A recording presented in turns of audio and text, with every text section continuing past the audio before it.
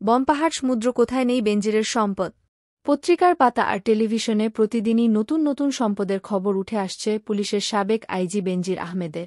বনপাহাড় সমুদ্র কোথায় নেই তার সম্পদ। এ পর্যন্ত শুধু তার ৬২১ বিঘা জমিই জব্দ করা হয়েছে। হয়তো কালই এর পরিমাণ বেড়ে ১,০০০ বিঘায় পরিণত হলেও অবাক হবে না মানুষ। নামের প্রতি এমন সম্মান বোধহয় এর আগে আর কেউ দেখাতে পারেননি। বেনজির মানে নজিরবিহীন। পুলিশের সাবেক মহাপরিদর্শক বেনজির আহমেদ শুধু সম্পদ অর্জনের ক্ষেত্রেই নয়, দেশত্যাগের ক্ষেত্রেও তিনি বেনজির। একজন মানুষের কয়টি অ্যাকাউন্ট থাকতে পারে? এখন পর্যন্ত বেনজির আহমেদের ৩৮টি অ্যাকাউন্ট জব্দই হয়েছে। আরও যে নেই নামে বেনামে তা কি কেউ বলতে পারবে?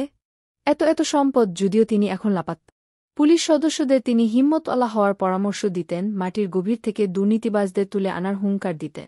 তিনিই কিনা চুপিসারে দেশ ছেড়েছেন, এটা কি মানা যায়? বেনজির দেশ ছেড়ে চলে যাওয়ার পর কেবল নড়েচড়েই বসেননি, রীতিমতো হম্বিতম্বি শুরু করেছে দুর্নীতি দমন কমিশন সহ সরকারও। দুদক আগামী ৬ জুন তলব করেছে বেনজির আহমেদকে। সেদিন বেনজির দুদকে হাজির হচ্ছেন না তা অনেকটা নিশ্চিত। তারপরও সেদিন পর্যন্ত সবার চোখ থাকবে দুদকের দিকে। থাকবে সব আয়োজন যদি তিনি আসেন। দুর্নীতি দমন কমিশনের আইনজীবী মোহাম্মদ খুরশিদ আলম বলেন, অবশ্যই ৬ জুন পর্যন্ত অপেক্ষা করতে হবে। এলে এক ধরনের কনসিকোয়েন্স, না এলে আরেক ধরনের কনসিকোয়েন্স। এমনও হতে পারে উনি আইনজীবীর মাধ্যমে সময় চাইতে পারেন। কাজেই ৬ তারিখ পার না হলে কিছুই বলা যাবে না। রাষ্ট্রের সর্বোচ্চ আইন কর্মকর্তাও কথা বলেছেন, রাষ্ট্রের সুরেই কঠোর অবস্থান তারও। বলছেন, অভিযোগ প্রমাণিত হলে বিচারের মুখোমুখি বেনজিরকে হতেই হবে। হিসাব দিতে হবে টাকা ও সম্পদে।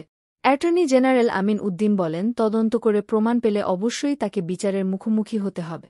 বেনজির আহমেদের আইনজীবীও জানিয়ে দিয়েছেন, বিচারে ডরান না বেনজির, আইনি পথে হাঁটবেন তিনি। তবে ৬ জুন তিনি আসছেন না দুদকে তা মোটামুটি নিশ্চিত।